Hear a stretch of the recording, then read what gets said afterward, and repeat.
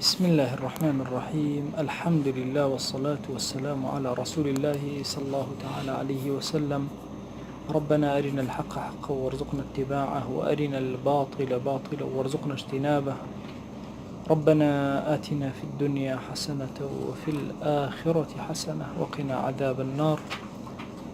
خوي بو خاتی گەورەی خۆت ئەم دەرسە و تەواوی دەرسەکانیترمان لێ قبول کە دەرگەکانی خێر بەسەرمانەواڵا کە عیلممان زیاد کە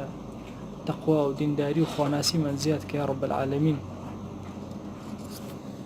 ئێمە لە بەشی عاداتە یەکەمین باب باسی ئادابی خواردن و کۆبوونەوە لەسەر خواردن و ضیافەت و ئەوانەمان کرد. گەشتن لە پەڕەنەوەت و حەوت فەصل. ويستحب تقديم الطعام إلى الإخوان. سنة وهاي كإنسان خواردني كسازي أكا بشي براكان اللي بدأ رواية كرا ولا إمام علي رضي رحمة خوالي بك فرميتي لأن أجمع إخواني على صاع من طعام أحب إلي من أن أعتق رقبة. أجر بيتو براكانم لسر قابي خواردن صاع سينية تشتي خواردن صاع خواردن كوب كما أو زور في خوشتر لويك عبدك آزادك بتوم چەند برایەکم لەسەر ساعە کۆکەمەوە ئەوم پێ خۆشترە لەوەی کە عەبدێک ئازادکەم. ئیمامی عەلی ئەفەرمێ خەیثەمە ڕەحمەتی خوای لێبێ ئەچی و خواردنی خەبیسی دروستە کرد. خواردنی خەبیس خورما لەگەڵ خورما ڕۆنی خۆمان بەس نەگوکو خورما ڕۆنی خۆمان، یعنی خورما ڕۆنی کوردی تقریبان ئەگەر بڵێن تەرتیب ئەکرا پێوتە طعام الملوک، خواردنی مەلیکەکان يان خواردنێکی بە تامی دروست ئەکرد. فيدعو إبراهيم والأعمش، إبراهيم النخعي وأعمش وأنا هم كو أكردوا فيقول كل ما صنعته إلا لكم بخون، والله أمام دروس نكلو إلا تنهبوا إيه والنبي بتايب دروس نكلو لبروي زور بخون. ويقدم ما حضر من غير تكليف، هرشي حاضر به تقديمي كابو براكاني تكليف زور نخاسر شاني خوي، ولا يستأذنهم في التقديم بل يقدم من غير استئذان. برسيار نكا بو هناني شو كبرا شرمكات مثلا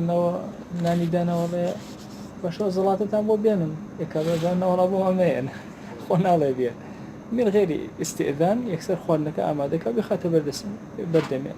ومن التكليف أن يقدم جميع ما عنده، حرشي هي هرمي بهن تبردميان أوش جورك التكليف بشي من الله كان وانا بهالته بلا مثلا استئذانك جرينجا باشا برزنك لوي أرينا أنت أبو بين بوتان مهنا أرينا سكاتك أزانة سور كاتنا خوارنا وانا تقديمي كبوة. ومن آداب الزائر أو كسيك أرواء أن لا يقترح طعاما بعينه أو يا خوي بو خوارنك اختيارنك أو والله أوين بو مالتان كوسر بيك ما بو حاضر كان مثلا هو لغير آداب إسلامية نبي اقتراح هيش خوارني بكاش كله شيء وكساء خوارني بو دستبر نبي. وإن خير بين طعامين أجر خاون مالك وتي أرجاك يعني شلو برنج أخوان يا براخ باش أخي يا براخ نراح ترتيبك لوهني أفرمي اختار أيسرهما كاميا آسان تربو خاون مالك أم الله أوان شاك واضح أجر اختياري ده لبين دوشت إلا أن يعلم أن مضيفه يصر باقتراحه، إلا ما قال بزانك خاون مالك أو كسيك أورين ضيافتي بوأك زهر خوش حالة بم اقتراحي أم أو كاتب حر خوي أتواني اقتراحه كيف كأجل نزاني كمان آسان أو يناضي. ولا يقصر عن تحصيل ذلك ومضيفكاش باش تقصيرناك لو هول أداء أو خوانك أو اختيارك جاب جيكا. فقد نزل الشافعي رحمه الله على الزعفراني، إمام الشافعي رضي رحمة الله بيت شو مالي زعفراني. كان الزعفراني يكتب كل يوم رقعة بما يطبخ من الألوان. أفرمي همرجي زعفراني ها يكيني أنوسي بياني يوكاك أمام أبو حاضر كان يقدو سيد شوار باش من الألوان خوارني أنوسي وأيدا. أفرمي كاتك إمام الشافعي ويسلمها إلى الجارية وتسليم أكرب الجارية كي يبرو أم خوارنا حاضر كأمانة حاضر كالك ويستي بدا بجارك إمام الشافعي اللي ورقل لبنا واشتيكي تريب وزياد كرد.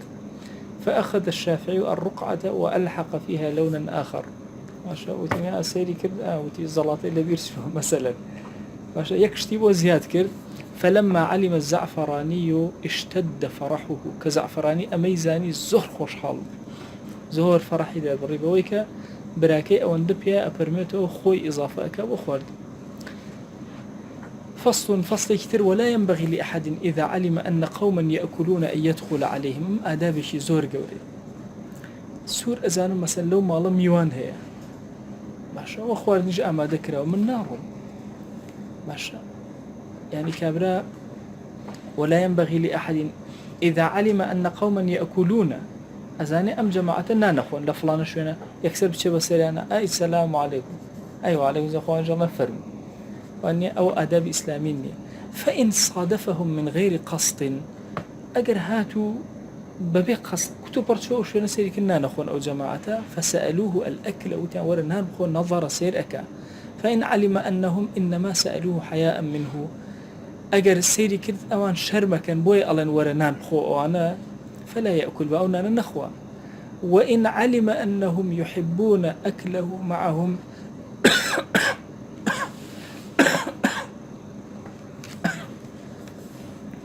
أفرمي أجر زانی کە پێیان خۆشە کە نانیان لەگەڵا بخوا بۆی دروستەکە بخوا ئەو کاتەش ناڵێ واجبە یان شتێک سنەتە ئاڵێ بۆی دروستەکە لەگەڵ یانە بخۆ چکە ئەو ئەندازە مەسن ئەوانە خواردنیان بخۆیان حازر کردووە حسابی خۆیانیان کردووە دائیمە سەیریەوەکە مەسلەی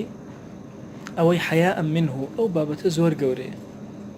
مەسابکەری مدەڕز لە باسی تەعزیە شتانی زۆر جوانی هێناوە ئەفەرمێ هەر خواردنێک غصب الحياة بيت غصب الحياة أما كلمة مصطلحية شرعية غصب شونا داير كني شتيك بأشكرا باشا من يوم بأشكرا أم قلمة دايرك باشا أزانمني أبياوي بس دايرم كرت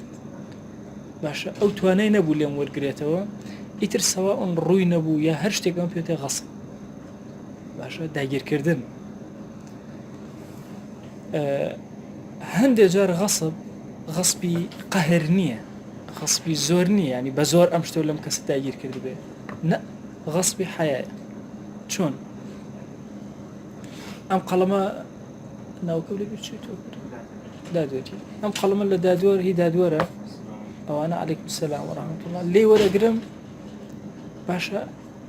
ئەوڵاوەڵا دادوەر ئەم قەڵەمە زۆر زۆر جوانەوە ئەمانە ئەوژاوە دێ بەخوا ماسە پێشکەشێ بێ باشە چاری ناسارەیانی ئەوەنە و تۆ جوانە ئەمە لە کوێ کوڕی بەچە نەکردی و ئەی بۆ دەستم ناکێ من لە بازاڕ ئێژ مەجبور هەیە بڵێ پێشکەشەوێ ئەمە ئەکاتە غەسب الحەیا باشە چۆن بە زۆر لی داگیر کا کەسێک بە زۆر بیبە بێزەبڵ وەکو غەسب الحەیا دووکیان لە شەرع پێوتێ غەسب لە فەرمایشتێکە ئەفەرمێ نوێژ لە زەوی مەخسوبە دروست نییە سوبحان الله من ئەچم بە زۆر زەوی کەسێک داگیرەکەم نوێژی تیا دروست نییە باشە لە مەزەبی خۆمانە ئەفەرمێن نوێژەکە دروستە بەس هیچ ئەجری ناکە هەرەوەی فەرزەکەی لە کۆڵەکە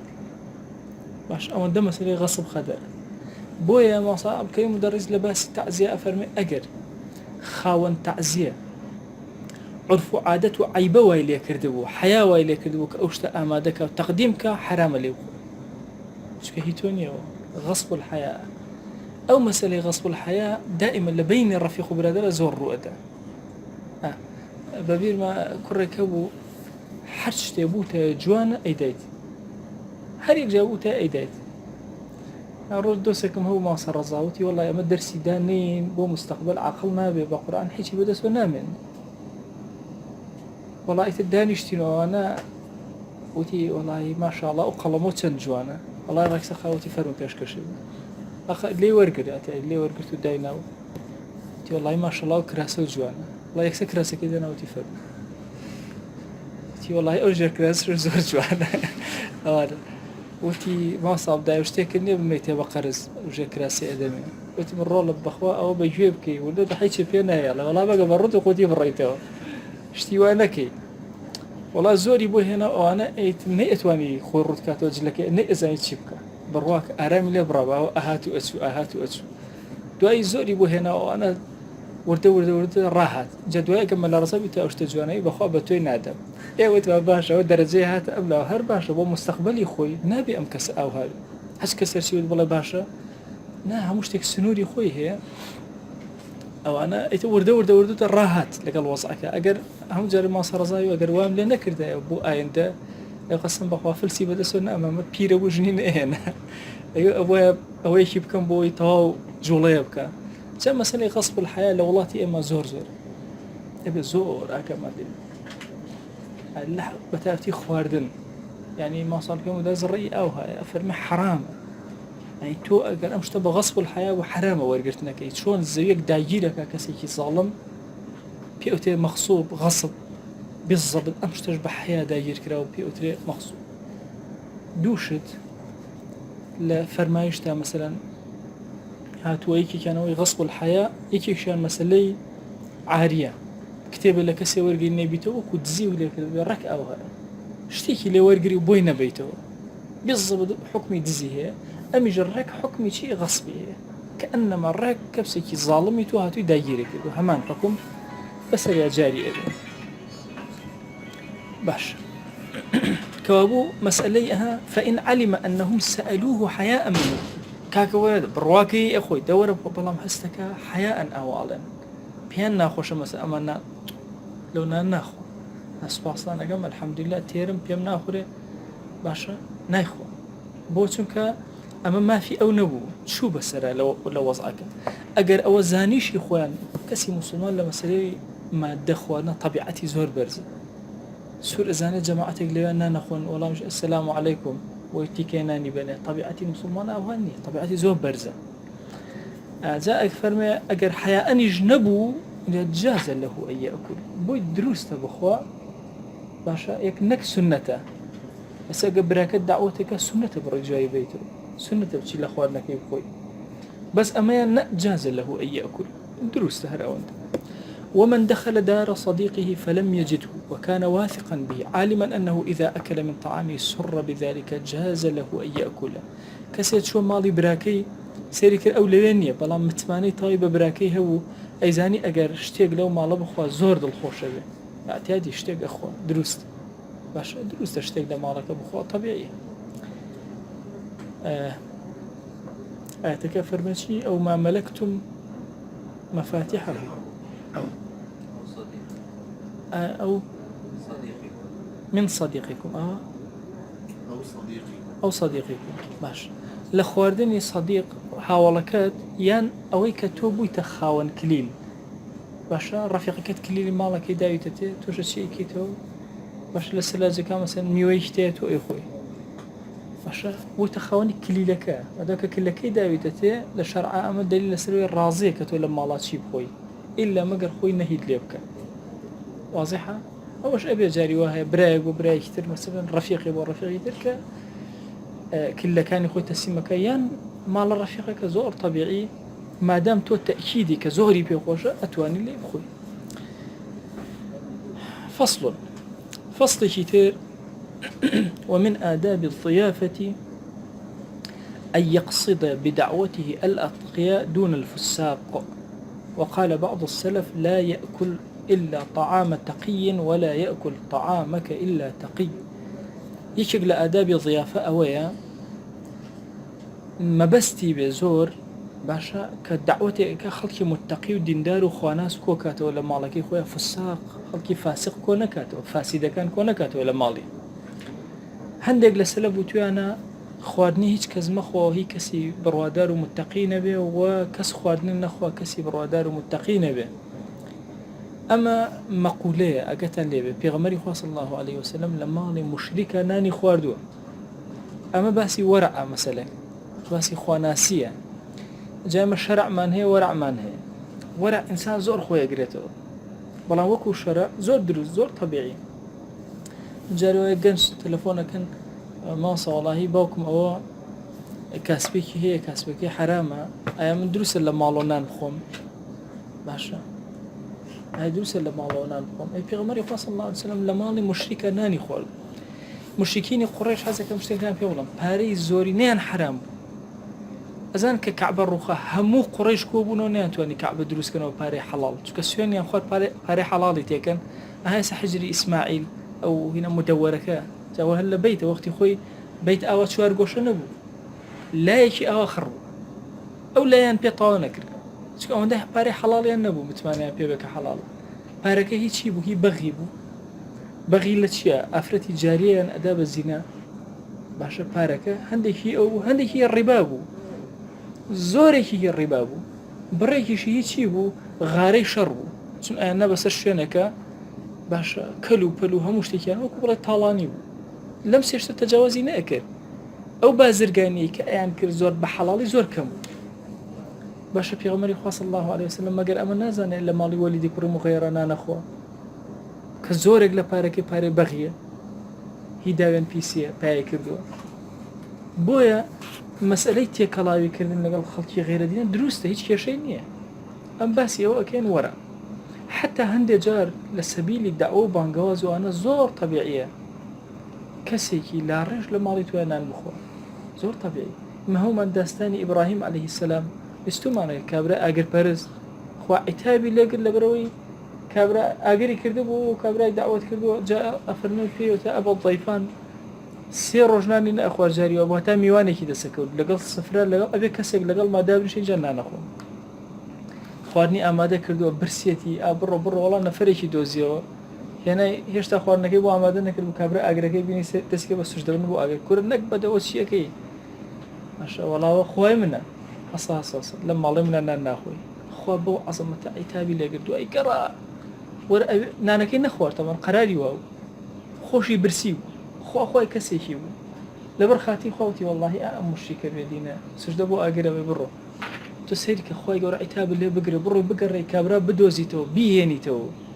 اینجا ئەم جارە بە ئیسراحەت پێکەوە دابنیش نان بخۆن و ئەفەرمێ لە عیتابەکە خوا پێوت ئەم عەبدەی من چەند ساڵە شیرکەکە من یەکجار دەرم نەکرد لەسەر نیعمەتی خۆم تۆ بۆ دەرت کرد ئەی ئیبراهیم ئەفەرمێ هێنایەوە یعنی وتی خواکەی تۆ هەر باسی منی کرد أشهد أن لا إله إلا الله وأن إبراهيم خليل الله أفرمي إيماني هنا كإيماني هنا أم كسا يعني تودي قد بدأ دو جار الله سباسي كر باشا إبراهيم يقولي جارية كم سباسي رب العالمين هيك ضيفي دسكوت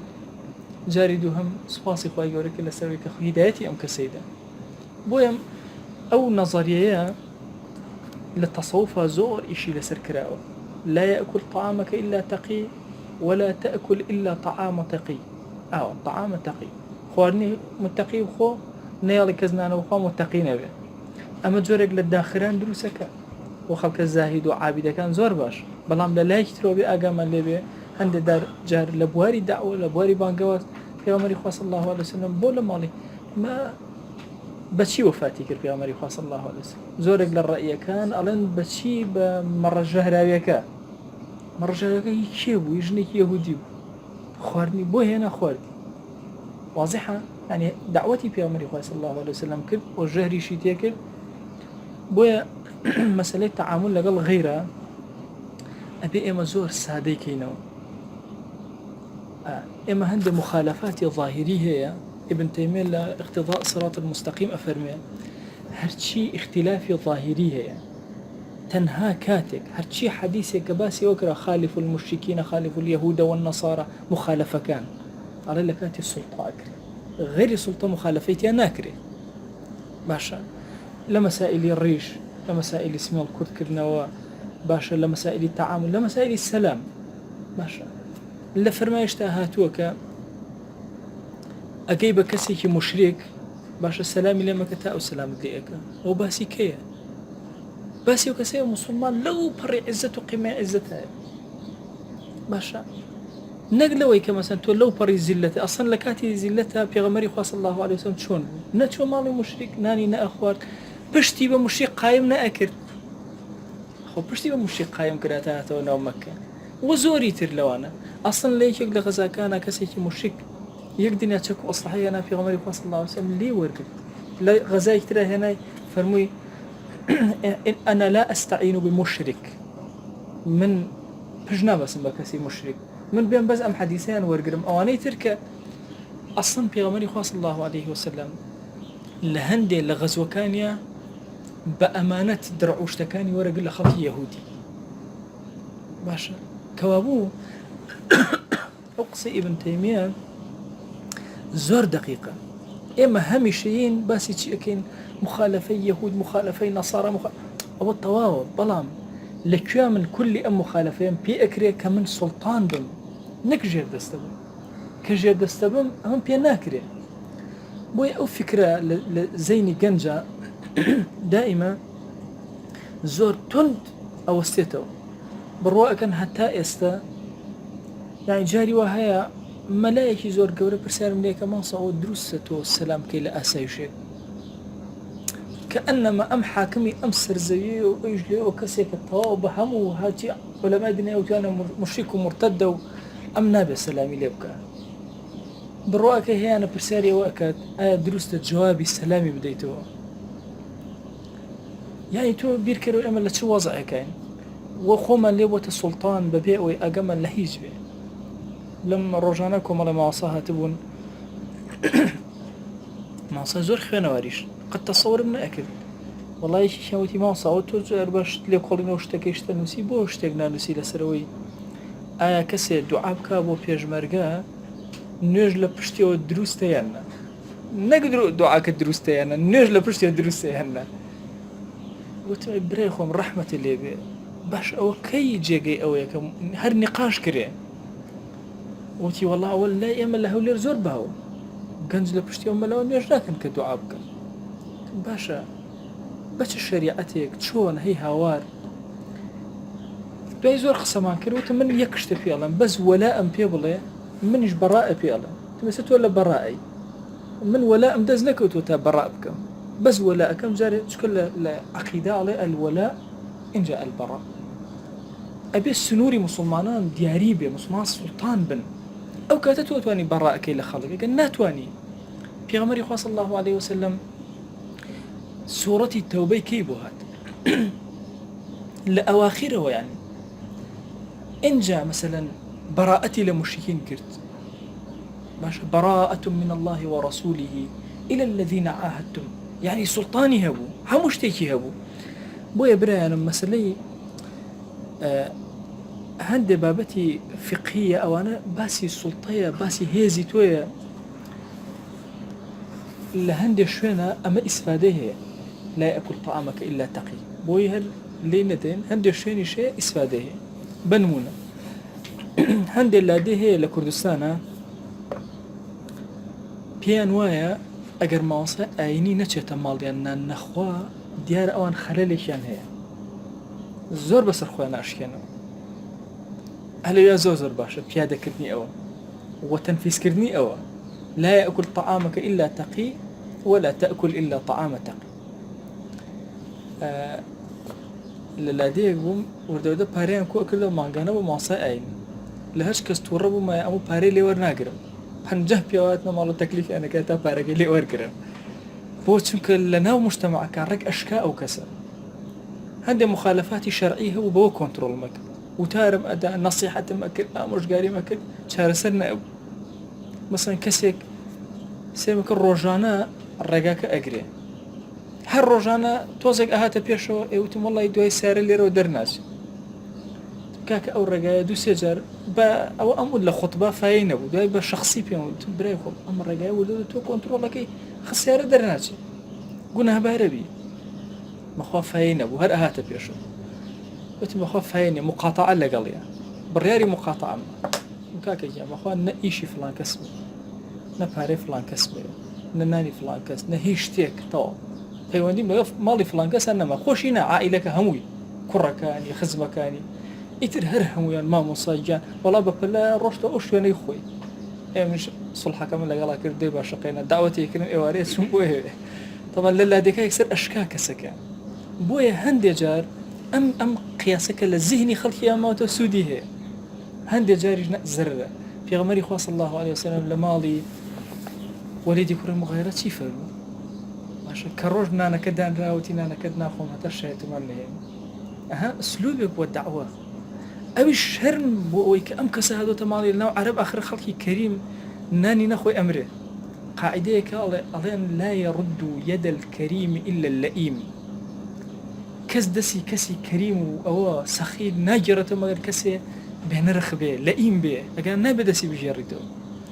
طبعاً ئەم کەسە پیاوێکی شەریف هاتۆتە ماڵەکەی لەسەر سفرەکەش دانیشتووە نان ناخۆ ڕەک شایەتومان نیەنە باشە بەڵام دوایی کە ئەویان کەوتیان چی دوو تۆ ئەوانە ئەوە بوو کوڕەکانی خۆی هاندا و لە پێغەمبەری خوا صلی الله عليه وسلم جا ما بس من تشيبو لو كلمة وتبابو يا وليد بو والحال دوای تأكيد كان وشكو وزم يا لمالي عتباب يا لمالي وليده كبيغمبر صلى الله عليه وسلم نانكي نخوارد وتي حتى شايتمان يعني شايتماني هنا دوای پشیمان بو دوای هەڵگەڕایەوە دوای اینجا بێئەدەبی کرد بەرامە پێغەمبەری خوا صلی الله عليه وسلم ئەمە بەستەکەم هەوەکو ئوسلوبێکی دعوە بەکارێنا وەڵام نانەکەت ناخۆم هەتا ئەوە نەبێ مەجبور بوو کابرای کەریم کە شایەتمان بێن. وينبغي أن يقصد الفقراء دون الأغنياء وها باش إنسان كاتك دعوتك ساس كرد خبر بنير فقير كان كوكات نك بس دولة من كوكاتو بس تقي كونكاتو باش بس فساق كونكاتو وازل تقي بينه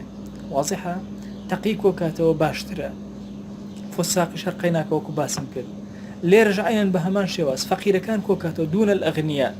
طالما أقر أغنياء شي كوكردو هرقيناك بلام لقل فقيرانا تيكريانك. وينبغي ألا يهمل أقاربه في ضيافتهم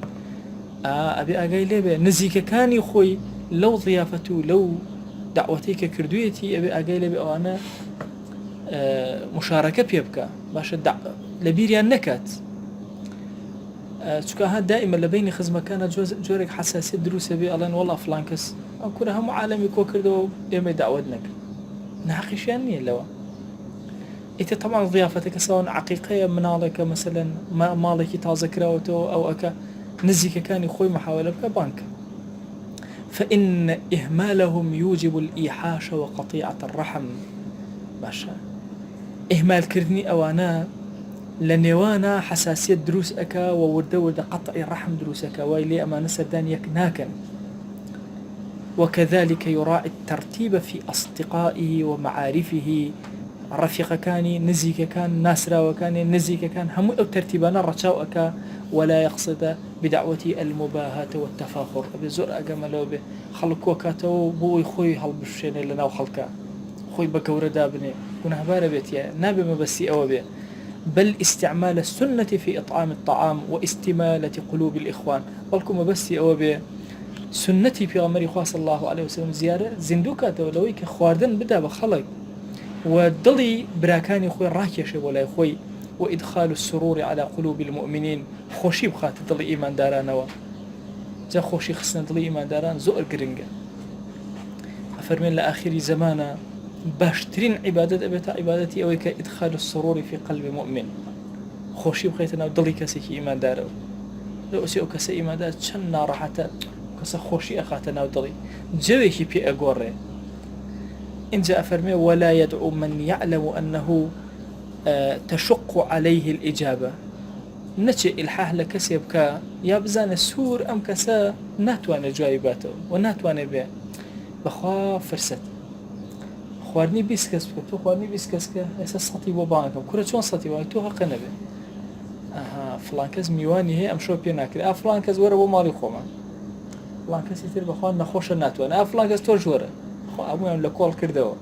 باش دعوتك من نكردو بوش من نسره نا صفتي مسلمانيه افرمي كسي كزاني ناراحت ناتوان جواباته بعد او انك نقرب بدو دعوينك وإذا حضر تأذى بالحاضرين بسبب من الأسباب يان جاري وهي أم كسك بانك طبيعتك لقى الأوالي ترى ناقول جاء قايل به نيه مجلسك لو هاي ترتيق بدا مثلا جاري وهي مثلا دكز بانك أم دكس بيك وهيج كشيانية يقداني تر بانك لبنا أم دكس إجل هردك أنتك باش يق مشاكل مناقشة ودروسك وسري ديار بوي أبي أقيل طبيعتك كان بك كوين أكاتو هل هو كاربه أما تائرة زيارة سردان وبانكردني خلق آداب الضيافة أي باشا آداب إجابة كمن بان أكرم شون بروم وأما آداب الإجابة فإن كانت دعوة عرس أقرهاتو أو دعوتي جن خواستن وبيغمريان صلى الله عليه وسلم بيجي لهولاني فرمو أولم ولو بشات برو زمانك ما بكا با مريكيش السر بالريبي با مريكيش نقول والله حدي أدنى با مريكيش هندي أفرمون نا في غمري خاص الله عليه وسلم هاندا يعني السرتا دس بيبكا بمريك باشا أي كوتا شنك بيكري بيك أفرمي أجرهات دعوي عرزب أو فالإجابة عليها واجبة إذا دعاه المسلم في اليوم الأول للرجي كما بان يكر واجب لسري كجوائباته وبر واجب لسري جوائباته وبر وإن كانت لغيره فهي جائزة أجر بو غير مسألة عرزب أو درست برو درست أتوان النروى ثم ينبغي ألا يخص الغني بالإجابة دون الفقير باشا أويك طبيعتي أمي جوانه به كسي فقير دعوتك بخو أبيم ناكر برا نايم كسي دولمان دعوتي يكسب بروا نابي أمي شون أو لولا وأبي فقير ودولمان باشا بس فقير بس دولمان دعوت نكا أمي جليرة بس نتيبه هي دعوتي دولمان واضحة وفقير نروى وبس هي دولمان كان بروا لا أبي مراعاة كان أبو هرهميان بروا ولا يمتنع من الدعوة لكونه صائما بل يحضر أفرمي لبروي بالرجوع لبرخاتي الرجوع قبل والله نار ركاك من بالرجوع مناتم لا أشياء ما دأبه فإن كان تطوعا وعلم أن فطره يسر أخاه المسلم فليفطر سبحان الله رجوي سنتي قرتوا دعوة كراو بعرس الروا لو داءني شيء لو أزاني براكي زوري بيغوش الرجوع كي بشكين الرجوع كي أشكين لبرخاتي براكي هو أو أسر ربسة أنه ضلي برانبرو باشا الرجوع كان خوا جل جلاله باشا يعني سبحان الله فرحة أدا بصائم وخوشي زور زوري بيخوشة سبحان الله عليكم السلام ورحمة الله أفرمشي لخلوف فم الصائم أطيب عند الله من ريح المسك بوني دمي الرجوان لا يخوا أو أندا باشا الشيرين لبوني مسك زور مسكي زور أصل ماصا زانا تواتر فروشي مسكي أصلي زور شاك باشا أفرمشي لو زور رب العالمين بيخوشتره باشا أوان دا أم كسب الرجوع قريبة لأخوة لبرخاتي يك توص خوشي بخات الضلي براكي سبحان الله تشيئك الرجوع كأخوة كان يبقى وش إيش كان لبرخاتي براكي أهل بزانا إسلام كان مراعاتي مروفايتي أكا بس أنا كل غزالي وتيان فلسفة دين ما بكوكرو وتي دوشته أدب اللي قال خواتنا أدب اللي قال خلقي خواتنا نك عبدي خوا خلقي خوا دارك بردك آجلك مروفك همو خلقي خوا أم دوشته همو الدين أم دوشته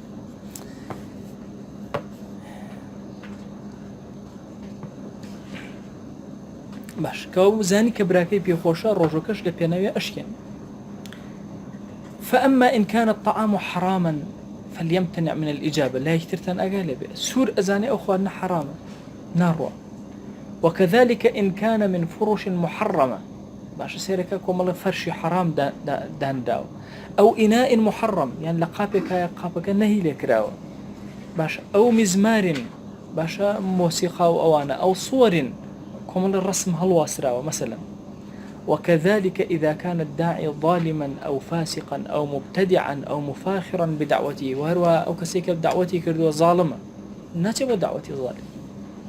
فاسق بيدينك ناتي مبتدعا باشا كسيك مبتدع أنواع بدعة بلا وكتنا مسلمان يا مفاخرا بدعوتي خوي هلفشينا لنا وخلق أبو دعوتنا أم ناتي كسي مسلمان بزور عزيز به بتاوتي كسك بخلق الدين دا درك وسواء داعي بملابي أو أنا بالزور حزري أو لا أنا نبكى تفاخر ظالم باشا فاسق مبتدع خوارني وأنا بحذر تعامل لقلك ما وصيكم هبو شيد بخو عفيك ما صمى لحمد ميني ملا رش زور كد أمو أجر ولي خوا لسر الزاوية هبي ما صمى لحمد ميني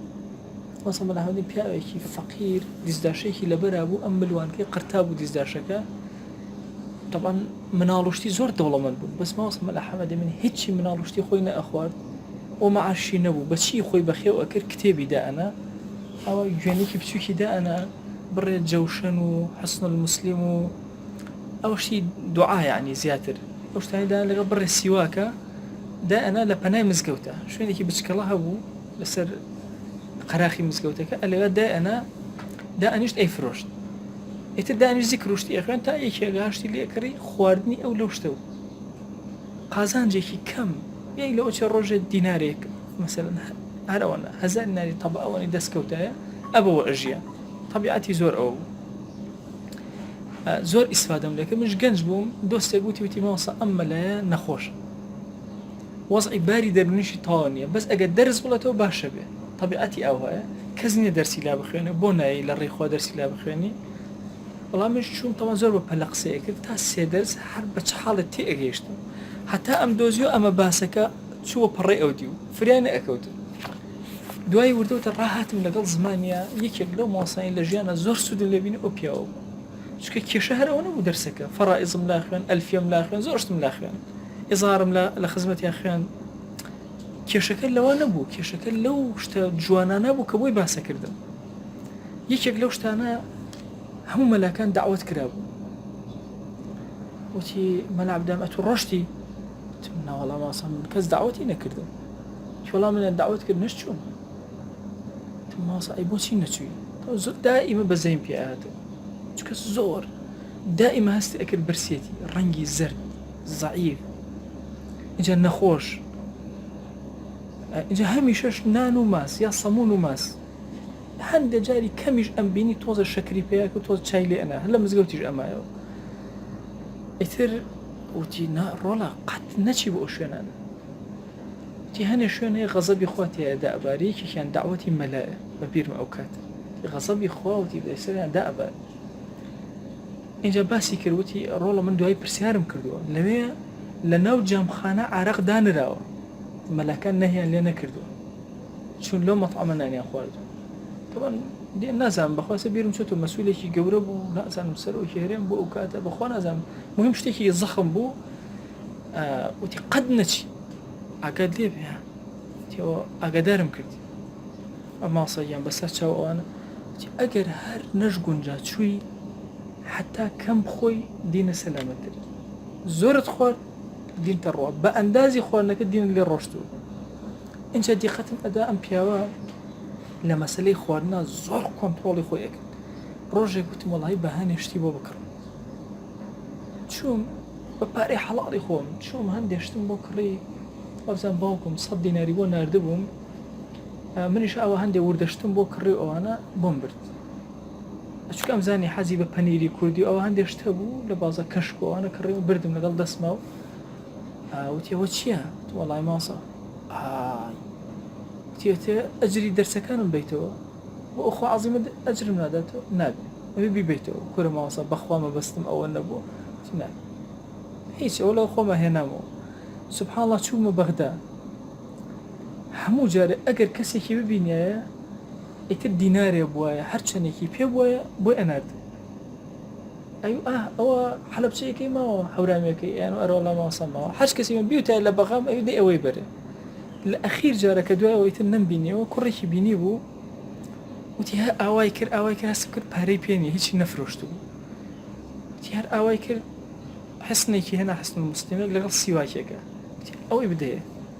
طبعا هێنای بۆ بەغدا بۆ وتی وەڵای ماسە ئەم دوانەی خۆ پارەشی پێ نەبوو هەرچی دەستی کرد بە گیرفانێ و گەڕا بناو بینی کتێبەکانە هیچی نەبوو وتی ئەمە بدە بە هەورامێکی ڕواکەن فترەیەکی زۆر چێژێکی زۆر گەورەم لەو کتێبێ ئەو پیاوەرەگە طبعا دوای ئەوەی تر زانیم کە چوومە هۆلێر وتی وەڵام مەلا حەمەدەمین وەفاتی کرد یعنی پیاوێکی زۆر سێر زۆر توند و بەهێز لە مەسەلەی مادە لە مەسەلەی خواردن طبعا ئەم تەقەشوفەی ئەم ئەبینی ئەم خواناسی ئەم ئەجا سبحان الله بە قسەی ماسە سعیدی نورسی زۆر معجب منیش هەموو ڕۆژە کەلیمەیەکم بۆ ئەبرد چکە ئەگەنا دڵی نەئەکراوە دەرسەکە بڵێتەوە ئەی بەخوا بارم تەواو نییە و ئەوانە و یەکەم جار کە چوون بۆ لای وتی بەخوا وتی ئەتوو ناوت چییە وتم عەبدایم مەلا عەبدایم وتی بەخوا کاکە من ناتوانم دەرسی بڵێمەوە ئەو نەخۆشمەوە ئەوها وتم کوڕە ماسەیان جا ئەو کوڕی تر بۆی باس کردم عەبدولناسر وتی قسەی ماسە سای نورسی زۆر پێ خۆشە وتی ماسە سای نورسی ئەفەرمێ الشەکوە اعتراض على القدر والشكر تسليم للقدر كما وتی بێڵێرەوە وەڵا دووبارە کردەوە دووسێت بینە الله یەکسەر دەسی پێ کرد کتێبەکە تەواو قسەکە ئەوهایە ئەگەر شکایەتکەی بڵێ نەخۆشم ئەوانە ئەو اعتراضێک لە قەدەری خوا ئەبێ بڵێ سوپاس بۆ خوا تەسلیم بووی بە وەرە وەڵا دوای فترەیەک دەرسم لە ئەخوێن وەڵا ڕۆژێ وتی ئەوە چیت گۆ ئەو ڕۆژە وتم وەڵاهی ماسە کام ڕۆژ وتی هاتی ئەوەی قسەکەی ماسە نورسی وتی لۆن بنووسە وەڵا بۆم نووسی وأنا إجا هم جارك أسوم خوي بيئكني وأنا أي الشكوى اعتراض على القدر والشكر تسليم للقدر دس ما كذا درسك طبعا جاري وهب ويك شارك درسي في أوتم برواكن أو شارك بركتي بينج الروج درسي هو بينج الروج قد تشتي وم نبيني أوتم زور سودم لي وريت ولا عمري خوما همشان لقلبنا مالكش يا سواز بخوا سبي ونديشي بقوتهم هي براكي هندي جار أموشو سردان وأنا مأكا أعتقد والله هلا بجي شوبون ودايرة مرور ليه والله أيوب يا ضابطك درو أيوب أتمنى ما هلا بجين خير تجاوتي ملعب دائما ناسم تعاوتي والله إيش كان هو بكرد وتبي ده السلام ليه كان بلن نازنم براي ملا حمد أميني ملا رش سلام ليك هذا وند بلن يتر أخوي أزانه طبعا هات من جنما ناس والله من أولنا ناس بتيان برا والله وتويتي كاك زوج سلام ليكم بس داوي رقمي توي كردو الرقم دانا دواي بيوندي ما هو دروز سبحان الله طبيعة هاوس وكود روشتي أوبيا والتأثير لسا وعائلة هرهم يكرد مويا متأثرين بو جا من برسيارم أكل له وليريا كان باسي ملاي رشيان أكل باش ملاي رش كيبو أقرام بدوايا تأخيرا لا ما صعب كريم مدرس دوزيما ملاي رش ملا ولا بيار ما صعب كريم مدرس أفرمي ملاي رش بقوة ترين زانايا بو كلا بيارها على جدلي بو على طبيعتي بو كدرسي شون أوتوا على توزي وضعي داروني طوانا بو سبحان الله عيني ما صح مدامي قصي زور ببلا أكر عيني أو نسيوتي يعني ديار بالرقبة كوباوتي وابو على كدرسي في أوتين أيو أتو بابا معتزلة تخو ما وصل من شو إنه أيو حوش تكاني معتزلة بخلا من جواب الأدم على من أبون بمعتزلين جاء جواب يدامه هرتشيم أو ريلي أقرتم أو أكن أو بأشعري على درسي كتير ولا أتوب بأشعري أو معتزلة هرتشيم أو ريلي أقرتم على أسلوبي درسي أهواب أبوي توبي تطرفي برامبري إن جا درسي في أودي أجانا أبوي خود شاك حاضر كرده أو كذا إن جا برامبري أو استايتوا والله ما الله توشي حد باري دروني بو دواي أو باري دروني وايلي كل بيارة نتوانه دابني شيء أيو أم كوشن بيارة بجيه شو بهولر قدري خوا مثلا ليه وشو تهولير لهولير أجير سيته استل لهولير باسي شيء كان هرس قصيك صعبنا كان على وك ملاي رش فتوى دعوة ملاي رش كأشياء تهولير بيت قطب ملاك يك مسألة طلاق نبو لدسي ملاي رش درتي بويا استوكو مسألة باسكري بلام لحقيقتها ملاي رش بياكي زور قوري وملا حمدميني كوري وهميان إنساني زور قورن كوريكيشان هي برنامج عزيزي ملاي رش كتابي زورة مؤلفات أو توزي فكري زور ديني نية بلام شوازي قصة كردني وشوازي دانشتنو هالسكوتي هل لو بنا مالا أشي بلام توزي فكري برولاي شويعيتو أو هنا نروشتو خوي قورة هدايتي أو يجبدها وعاقبتي برخير كان إن شاء الله وينبغي توصل لدرسك لا من دام بس أو مسألة الداعي ظالما أو فاسقا زور إسفادم لو بيا وكدو يا ربي قوري برنود وينبغي ألا يترصد بالإجابة إلى الدعوة نفس الأكل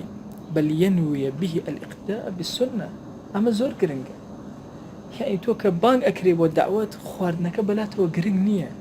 بوي كسي مسلمان كأتشيت مالك ولو كان خواردنك زور بسيط ظلي شي خطريناك كخواردنك بسيط به بو شو كم خواردنك بلا وقرنية سنتك وزندوك نوي سنتك بلا وقرنجة وإكرام أخيه المؤمن كأرواد رزل براكي أنا كأتشيت مالي إما هو تصور لكين مثلا كإما الرزل كابرا أنا اليد أو تارا ديك والله أو كسيد رزيات اللتو أن كي روتي إكا وينوي صيانة نفسي عما يسيء به الظن عشان يتي أو بين أبوي براكي قماني خراي بينا بابا والله لوتي برز السرم لنا دا برهو مالكي فربما قيل عنه إذا امتنع هذا متكبر لو أشي حكا نروا أبو أم دعوة نروا أبو دو بيولا والله بيا متكبرة باشا أبي أبو لا أنا هموش الرساوكا وينبغي أن يتواضع في مجلسه إذا حضر باش أقرش تواضع وداني شيء ولا يتصدر باش السري مجلس نقري وإن عين له صاحب الدار مكانا لم يتعده والله مخاوني مال بيود وتيب سورة أبي أتتأوشين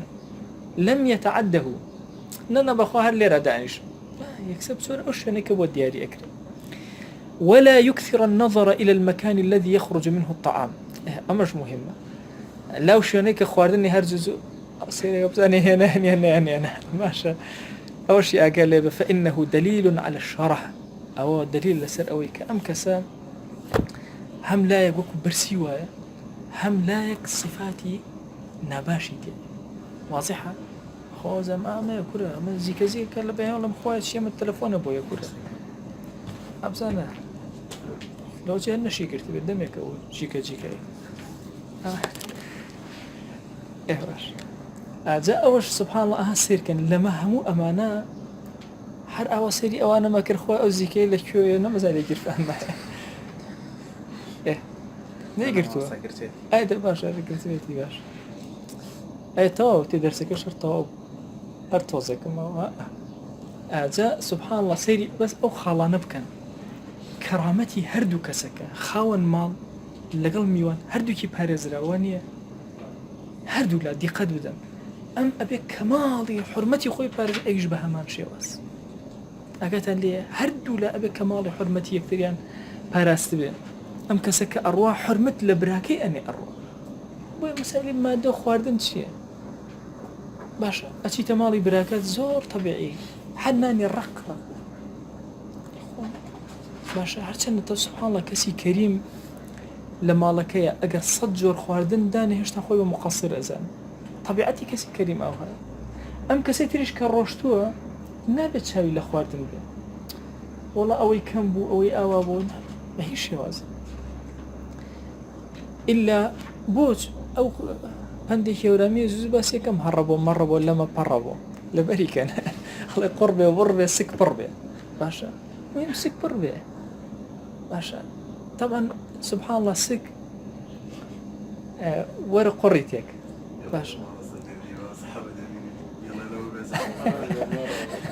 هەڕەبۆ بەڕەبۆ لەمە پەڕەبۆ هەڕەبۆ مەڕەبۆ لەمە پەڕەبۆ یعنی قڕ بێ مڕ بێ سک پڕ بێ